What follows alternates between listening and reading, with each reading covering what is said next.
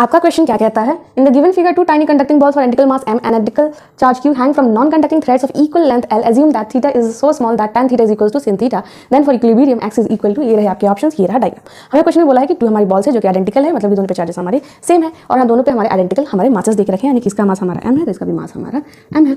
हमें बोला है कि इक्विलिब्रियम कंडीशन में x की हमारी वैल्यू क्या आएगी। ठीक है, हम क्या करेंगे, इस बॉल को लेके एक क्वेश्चन सॉल्व करेंगे। आप चाहे तो इसको भी लेके सॉल्व कर सकते हैं, दोनों में प्रोसीजर सेम होगा। ठीक है, इसमें अगर हम देखिए तो कौन कौन सी फोर्सेस लग रही है वो देखते हैं पहले। ठीक है, 3 फोर्सेस लग रही है। पहली, इन दोनों पे चार्जेस हैं तो इलेक्ट्रोस्टैटिक फोर्स लगेगी, और दोनों चार्जेस सेम है तो रिपल्सिव फोर्स लगेगी। तो इस पे देखिए तो इसकी वजह से रिपल्सिव फोर्स की डायरेक्शन हमारी इस साइड आएगी, इलेक्ट्रोस्टैटिक फोर्स। ठीक है, ये रही। ये हमारी जो बॉल है इस पर मास है m, तो इसकी वजह से इस पर लगेगी ग्रेविटेशनल फोर्स जो कि लगेगी downwards. Perfect, that is mg।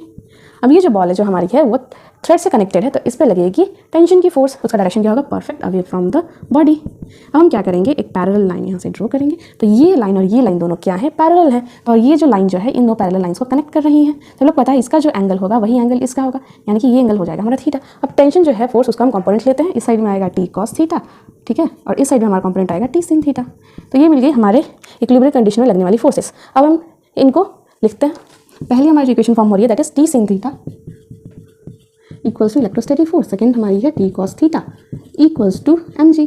हमें टेंशन की वैल्यू नहीं पता इसलिए इसको रिमूव करेंगे। देयरफॉर इक्वेशन 1 को हम डिवाइड करेंगे इक्वेशन 2 से, तो हमें मिलेगा T sin theta divided by T cos theta equals to electrostatic force divided by mg। यहाँ से हम देखें तो टी और टी कैंसिल होगा। Sin theta by cos theta क्या होती है, perfect tan theta, that is electrostatic force divided by mg। हमें क्वेश्चन में देखिए रखा है कि थीटा की वैल्यू बहुत ही ज़्यादा स्मॉल है, इसलिए tan थीटा इक्वल है sin थीटा के। आप लोग को पता है जो sin थीटा, यहाँ पे लिखते हैं sin थीटा क्या होती है, परपेंडिकुलर डिवाइडेड बाय हाइपोटेनस। यहाँ पे देखिए तो हमारी ये बेस हो गई, ये हमारी परपेंडिकुलर हो गई और ये हमारी हाइपोटेनस। ये परपेंडिकुलर जो हमारी जो है वो डिस्टेंस को इक्वली डिवाइड कर रहा है, तो यहाँ से यहाँ तक की डिस्टेंस हमारी क्या होगी x/2 और ये भी हमारी x/2 होगी, होल लेंथ हमारी x निकली है। ठीक है, तो परपेंडिकुलर हमारी ये है, बेस ये है, हमें परपेंडिकुलर डिस्टेंस मिला दैट इज x/2। ठीक है, x/2 और हमारी हाइपोटेनस क्या है, ये l, इसकी लेंथ हमें मिल गई है l, तो ये हमारी निकलेगी that is x/2l sin theta की वैल्यू। अब हमें बोल के रखा है थीटा की वैल्यू अगर स्मॉल है, जो कि यहाँ पे देखिए रखा है, तो हमारी tan थीटा sin थीटा की इक्वल होगी। तो ये रही हमारी tan थीटा sin थीटा की इक्वल होगी और इसकी वैल्यू हमें मिल गई है 2l, तो हम लिख सकते हैं tan theta is equal to 2 by that is x/2l। अब हमें चाहिए इलेक्ट्रोस्टैटिक फोर्स की वैल्यू। आप लोग को पता है कुलम्स लॉ के अकॉर्डिंग इलेक्ट्रोस्टैटिक फोर्स का फॉर्मूला क्या होता है, perfect K(Q1 Q2) divided by r²। K is Coulomb's constant, Q1 Q2 are charges, r is distance between two charges. इस केस में हमारा क्या आएगी force, electrostatic force that is K। हमें चार्जेस देके रखी है दोनों ही इक्वल है दैट इज Q, तो Q इंटू Q करेंगे तो Q का स्क्वायर भी हम लिख सकते हैं, डिवाइड बाय डिस्टेंस में देके रखी है दोनों के दैट इज x, तो लिखेंगे x का स्क्वायर। अब इस वैल्यू को यहाँ पे हम पुट करेंगे तो आएगा KQ² हमारा ये x² है, करना नहीं भूलेंगे, तो आएगा x का स्क्वायर। हम यहाँ पे देखिए तो x² जो यहाँ पे डिवाइड हो रही है तो इधर आएगा तो क्या होगा, मल्टीप्लाई होगा x² की, दोनों की पावर क्या होंगी, ऐड होंगी 2 + 1, तो यहाँ पे आ जाएगा 3। हम इसे इसको और इसको रिमूव कर सकते हैं।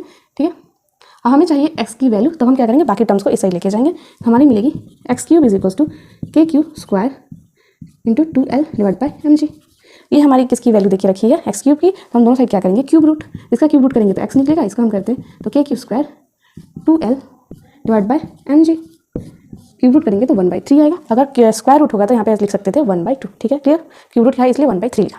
हम अगर ऑप्शंस में देखिए तो हमें एप्सिलॉन नॉट की फॉर्म में कुछ देके रखा है, तो आप लोग को पता है ये जो K है कूलम्स कांस्टेंट, इसको हम ऐसे भी लिख सकते हैं that is 1/4 pi epsilon not. ठीक है, तो हम क्या करेंगे K को 1/4 पाई एप्सिलॉन नॉट की, तो हमें वैल्यू मिलेगी Q² 2l/4 pi epsilon not. देखो 1/4 पाई एप्सिलॉन है तो 1 है नीचे में चला जाएगा mg, ये हमारा क्यूब रूट, ये 2 1 या 2 2 कैंसिल होगा। ठीक है, तो हमें मिलेगी x की value that is Q² by pi epsilon naught mg का क्यूब रूट, हमें मिल गई x की वैल्यू। ठीक है, यहाँ पे देखिए 2 है, यहाँ पे ये वाला 2 लगाना नहीं भूलेंगे, ये 2 1 से ये 2 2 है। ठीक है, तो Q²L x की वैल्यू क्या है Q²L divided by 2 pi epsilon naught mg whole का क्यूब रूट। ओके, अब हम ऑप्शंस देखेंगे तो हम लोग का आंसर हो जाएगा A।